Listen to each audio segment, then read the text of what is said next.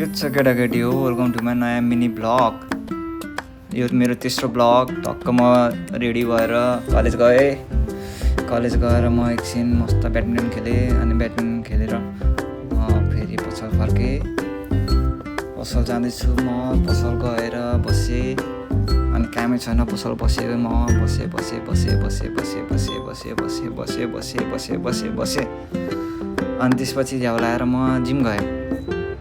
अनि जिम पुगेर टक्क सोल्डरको एक्सर्साइज हाने। कस्तो देखियो सोल्डर? टक्क सोल्डरको एक्सर्साइज हाने। अनि चाँडै म पसल फेरि फर्केँ। चाँडै पसल फर्केको भएर बहिनीधरि सक, बहिनीको रियाक्सन। अनि त्यसपछि अगाडिको पसलबाट मम्मीले र मैले नयाँ हिटर किन्यो। अनि हिटर किनेर मम्मीले हिटर ताप्नु भयो। मैले पसलमा फेरि काम गरेँ।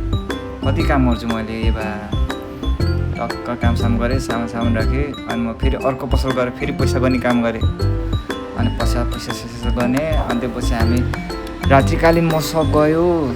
राति शुक्रबार जहिले पनि हुन्छ, आउनु होला।